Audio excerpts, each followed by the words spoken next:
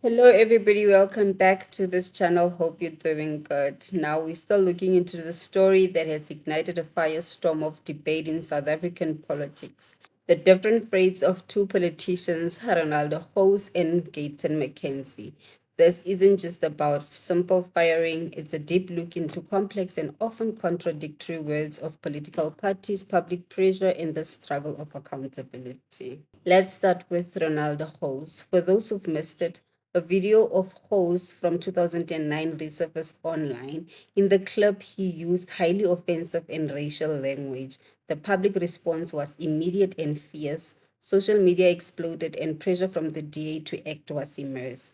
The DA, citing a violation of its values, quickly terminated Ho's membership and in turn meant he was removed from his position as a member of parliament. Now, Hose himself has since responded.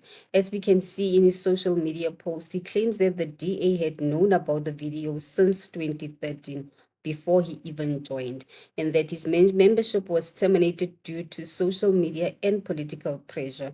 He also raises a crucial point that the DA's own Federal Legal Commission initially recommended he remain a member, a finding that the federal executive later overturned. All this is ignited by the drama surrounding Gayton McKenzie, who's also under fire for a past incident. With the public seeing the swift action that was taken against Hose, they began to question why Gayton McKenzie is also not fired. The comparison was inevitable, and netizens started asking why the double standard. Why was Hose fired and McKenzie is not? And this brought us to this fascinating and unexpected twist. In his own social media post, Renaldo Gouws, who was fired from the DA and Parliament, took it upon himself to clarify something very specific. He wrote, "Please note that Parliament itself didn't remove me as a member." He was essentially defending the institution of Parliament, saying it was his party, the DA, that terminated his membership. Hey, what's up, guys? It's Renaldo here. This video is just to give some explanation on what Parliament can and cannot do with regards to removing members of Parliament. Because a lot of people online have now come up and tried to defend me against Parliament when the problem isn't actually Parliament. Let me explain what I mean by this. So, the Sowetan Live is reporting that Parliament says comments made by Sport Minister Gayton McKenzie on X, formerly Twitter, between 2013 and 2017, in which he used the K word multiple times, cannot be brought before its ethics committee because he was not an MP at the time. Now, if you look at the comments, a lot of people, look, I gave my explanation there, but you can see people are tagging me going, but what about Renaldo? What about Renaldo? The double standards that's here. What about Renaldo? I mean, look here, Renaldo, there's Renaldo, Renaldo. So let me set the record straight. The people that work at Parliament are the salt of the earth. They are amazing people. From the very first day that I registered when I got to Cape Town, and the people helping us, the people at Parliament are phenomenal, and they are 100% apolitical. The people that work at Parliament just focus on Parliament, not on the members of Parliament. They focus on assisting members of Parliament, but not because of your political affiliation. So what is happening here is 100% correct. I also wasn't removed by Parliament. I was removed by my political party. Gayton McKenzie said those things before he became a minister. Same with me. That 2010 video was long before I became a member of Parliament, and it was also long before I became a politician and before I became a member of the Democratic Alliance. So Parliament ultimately isn't the one that got rid of me. I don't know why so many people believe that, but no. The reason I got removed from Parliament was because the DA terminated my membership, which then led to a vacancy opening up in Parliament, because I can't go, because I can't represent the DA because my membership was terminated. Now, I've spoken about this many times, but in a nutshell, the DA did a 3-month investigation.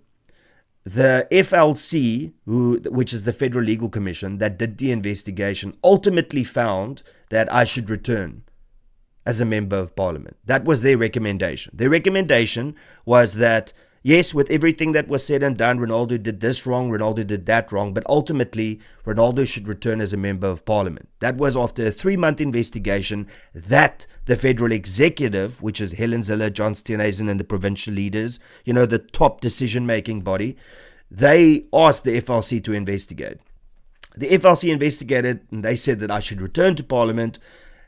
And then the federal executive sat for 1 day, and in 1 day, they overruled the FLC's decision. So a 3-month investigation versus a half a day consultation, and the FLC's recommendations were ignored, and the federal executive decided to terminate my membership, which wasn't a recommendation by the FLC. So ultimately, then, I asked the federal executive, can I please get the minutes to the meeting? Because I know that the FLC recommended that I remain as a member of parliament, and the federal executive refused.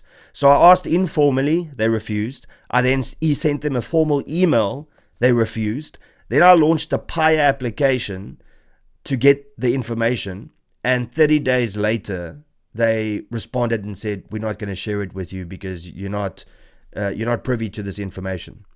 Which is weird, right? Because after giving 13 years of my life to the DA, all I'm asking for is give me an explanation as to why you didn't adhere to the FLC, which is your own legal commission.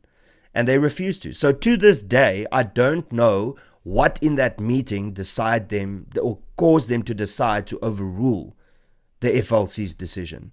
And it's quite weird because the DA took the ANC to court for their NEC documents because they said that we believe in transparency and all political parties should be transparent. And the moment that I'm asking for the exact information that they requested it from the ANC, they refused to give it to me. So to this day, I still do not know what in that meeting made them decide that my membership should be terminated.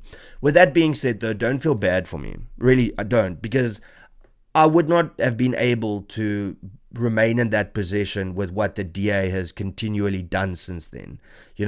Voting against their own principles and values by supporting the Bella Act, the Expropriation Act, NHI.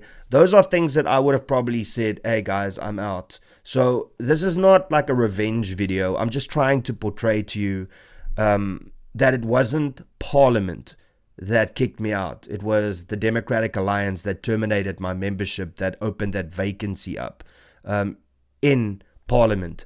But ultimately, to this day, I still don't know. They were fully aware, by the way, just as a side note. The DA acted all shocked, but that video was declared to them the moment I decided to step into politics. So from the very first day that I entered politics and joined the DA, they were aware of that video and it was considered dealt with.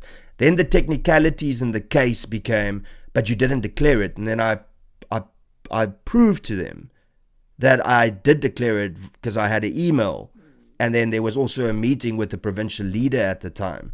Ultimately, though, they are denying that I ever shared it with them, even though there's email proof and minutes of meetings proof with regards to that. So ultimately, I believe that the DA just was told to get rid of me. Now, I don't know by who. I don't know whether it was the ANC that told them, listen, if you want to negotiate in this GNU to formulate a GNU, because that's the time it happened at. Remember, it was convenient as they were negotiating the GNU, then that video came out, right? So I'm not sure if it was the ANC or if it was the donors or some of the donors to the DA that said, just get rid of him and focus on the GNU.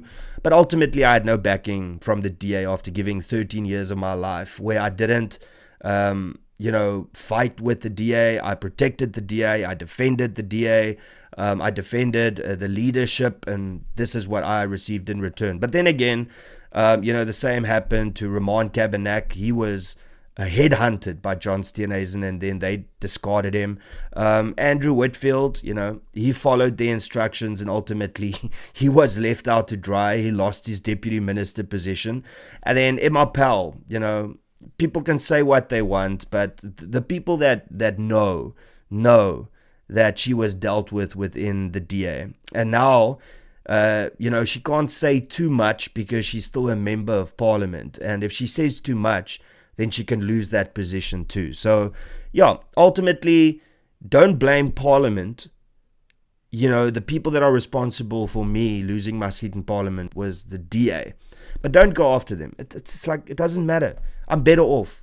I'm not part of a hypocritical party that one day says one thing and the next day does another. So I just wanted to share this information with you so that you can be fully aware of who is responsible for me not being a member of parliament anymore. That's all I wanted to get out there. This statement is significant for a few reasons. Firstly, it shows Host distancing himself from the idea that Parliament is a rogue entity. He's making it clear that his removal was a party political decision and not an institutional one. Secondly, and more importantly for this story, it's a direct response to the public's confusion and frustration. People were lumping all political institutions together, and Hose, in a moment of clarity, stepped in to draw a line. He was essentially telling the public, don't blame Parliament for my firing. Blame DA. Please tell us your thoughts down in the comment section, and don't forget to like, share, and subscribe if you've made it this far. Thank you, thank you, thank you for supporting the channel. See you in the next video. Bye.